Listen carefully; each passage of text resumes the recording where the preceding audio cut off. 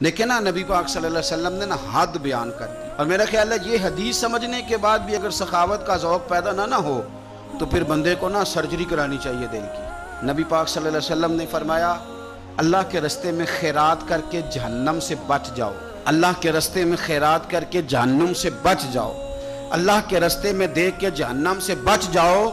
اگر کچھ نہ ہو سکے تو کھجور کا ایک ٹکڑا ہی اللہ کے رستے میں خیرات کر دیا کرو۔ اگر یہاں بھی ذوق یعنی کھجور بھی پوری نہیں، کھجور کا ایک ٹکڑا، ساری زندگی یہی رونا ہے ہم نے کہ غریب بڑے حالات خراب ہے، ماڑے بڑے ہیں، پوری نہیں پڑتی، اس سے آگے بھی جانا ہے کہ ادھر ہی رہنا ہے۔ دیکھو یاد رکھو، اچھے طریقے سے سمجھ لو کہ فرمایا صدقہ دے، چاہے کھجور کا ایک ٹکڑا ہی دے، ایک ٹکڑا کھجور کا۔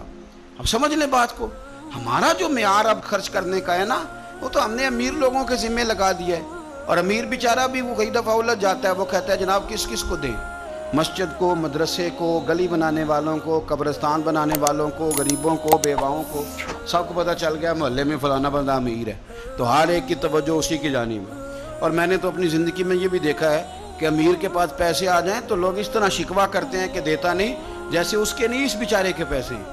اس کے بہن بھائی کہہ رہے ہوتے ہیں دیکھو جی خود کروڑوں کی جائیداد خرید لی، ہمیں 5,000 نہیں دیا۔ بھئی خدا کے بندے پیسے اس کے دے چاہے نہ دے۔ تو جب ہم سارے مل کے سخاوت کریں گے، جب امت ساری یہ شعور پیدا کرے گی، بیدار کرے گی اپنے دل میں باتیں کہ میں نے اللہ کے رستے میں کچھ دینا ہے۔ میں اکثر کہتا ہوں کہ ایک پوری یونیورسٹی قائم کر دینا بھی بڑا کمال ہے کہ میں نے اپنے شہر کے اندر ضلع میں ایک یونیورسٹی قائم کر دی، اور ایک مدرسہ قائم کر دینا قرآن و سنت کا بہت بڑا کمال ہے۔ لیکن ہم یہ سارا کچھ نہیں کر سکتے، ایک غریب بچے کا خرچہ تو اٹھا سکتے ہیں کہ نہیں؟ اگر آپ نے ایک غریب بچہ باشعور کر دیا، تعلیم یافتہ ہو گیا، تو آپ نے یونیورسٹی کا کام ہی کیا ہے۔ لیکن ہم اس طرف بھی آنے کو تیار نہیں ہوتے۔ اپنی قربانی کے لحاظ سے ماحول کو سخاوت کا رنگ دیں، ماحول کو ذوق کا رنگ دیں۔ ہمارے ہاں لوگ پوچھنے لگ جاتے ہیں کہ قربانی کا سارا گوشت گھر میں رکھنا جائز ہے؟ بالکل جائز ہے۔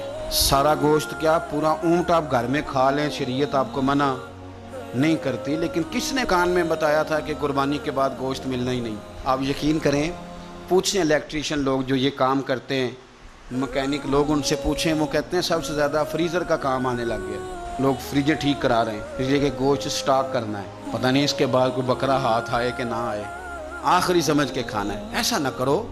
اگر سارا گھر میں رکھنے کا مفتی صاحب سے فتویٰ پوچھ لیتے ہو تو کیا کسی مفتی نے یہ فتویٰ نہیں دیا کہ سارا بانٹ دینا بھی جائز ہے؟ یہ بھی فتویٰ پوچھو کسی سے، نہ ہو تو مجھ سے پوچھ لو۔ قربانی ساری رکھنی بھی جائز ہے اور ساری بانٹ دینی بھی، ایک لقمہ بھی نہ کھائیں، ساری بانٹ دیں۔ آپ بانٹتے رہیں، رب کریم آپ کو اور دینے کا ارادہ فرماتا رہے۔